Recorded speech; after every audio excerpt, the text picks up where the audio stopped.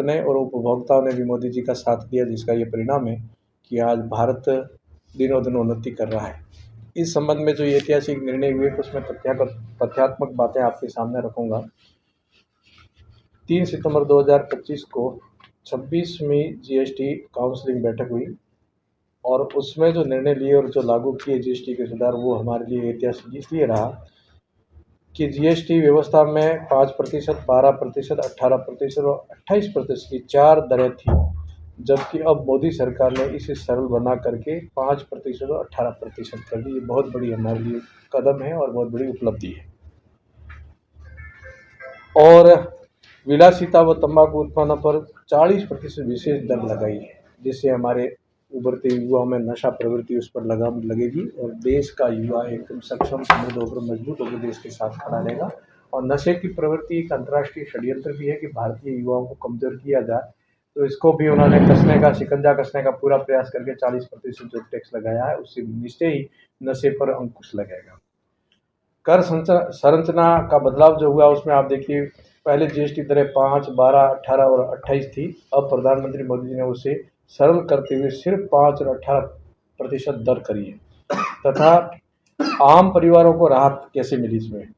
पहले साबुन, toothpaste, shampoo, बच्चों के सामान जैसी वस्तुओं पर 12% और 18% कर था। अब मोदी जी ने उन्हें घटा करके 5% कर दिया। इसलिए घरेलू सामान उपभोक्ता से लेकर के परिवार तक और आम जनता जो इसका दिन रात ज़्यादा से ज़्यादा उपयोग करती है, उन सब के लिए जो मूलभूत सुविधा है उन पर बिल्कुल न्यूनतम टैक्स लगाया है।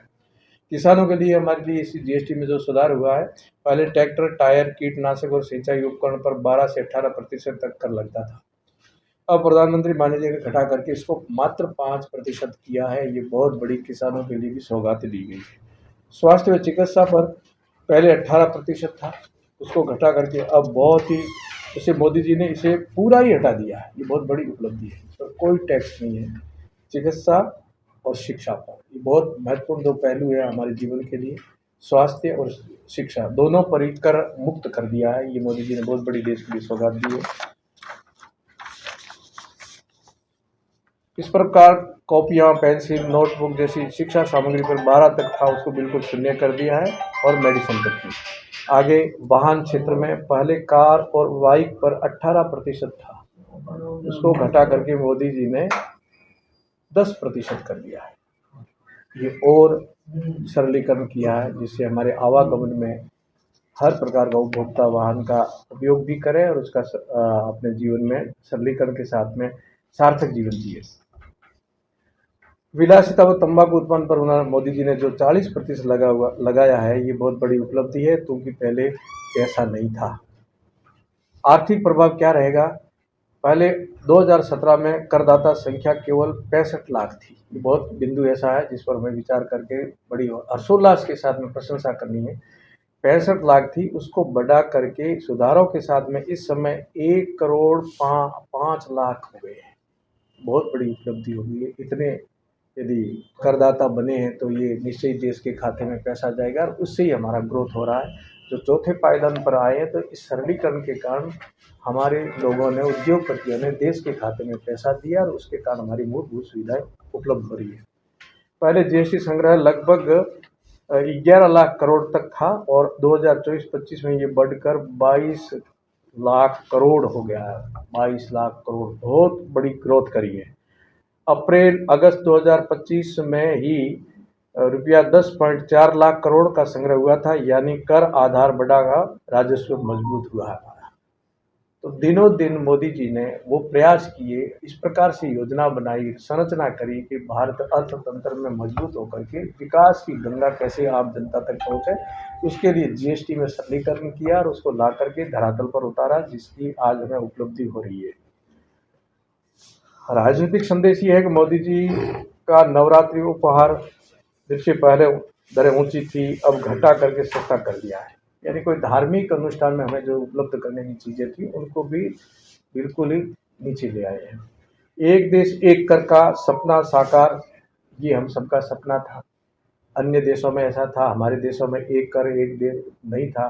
अलग अलग प्रदेशों में अलग अलग जगह अलग अलग था। उपभोक्ताओं को कई जगह और जो निर्माता है उनको भी कई जगह परेशान होना पड़ता था, जाना पड़ता था, परंतु मोदी जी ने एक कर एक देश के माध्यम से हम सबको बहुत कुछ बड़ी सौगात दे करके एक ही मंच पर ले आए, एक ही पटल पर ले आए। इसलिए सरलीकरण हुआ। पहले 4 दरें थी, अब मोदी जी के ने केवल मात्र सरल करके इधर कर दिया।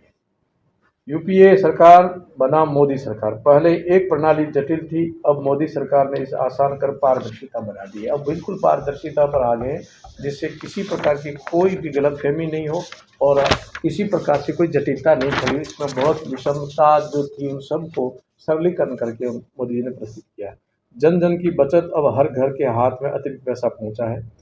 अतः आप सबके माध्यम से, प्रेस के माध्यम से ये हम आपसे निवेदन करना चाहते हैं कि मोदी जी का इतना अच्छा जो कदम उठा है वो देश की जनता के लिए, हम सब के लिए सौगात है और इसका लाभ भी लें, इसके लिए हम प्रशंसा करें। आज मोदी जी का जन्मदिन है और ये बहुत बड़ा सौगात जो दी है, इसलिए हम सब लोग मोदी जी के जीवन के लिए शुभकामना करेंगे। इसी प्रकार देश की उत्तरोत्तर उन्नति करने में आपका बहुत बड़ा योगदान रहा, आगे भी रहेंगे और यही आशा रखते हुए हम लोग पुनः मोदी जी को धन्यवाद देंगे, पूरे भारत के नागरिक, कि आपने जीएसटी में जो सरलीकरण किया, जीएसटी ला करके हम सबके लिए आपने बहुत बड़ी उपलब्धि दिलाई, देश के अर्थतंत्र को आपने मजबूत करने में योगदान दिया। इसके लिए हम सब लोग पोकरण के हमारे जितने भी मेरे पास हमारे जिला अध्यक्ष जी विराजे, हमारे प्रधान साहब विराजे हैं, हमारे संगठन के अन्य पदाधिकारी संतोष जी विराजे जितने बैठे हैं, हम सब और पर्दे के पीछे और पर्दे के सामने जितने भी हमारे भारतीय जनता पार्टी के कार्यकर्ता और पोकरण की जनता है, तो आपके माध्यम से मोदी जी को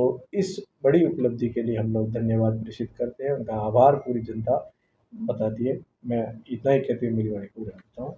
मोदी जी के लिए शुभकामनाएं।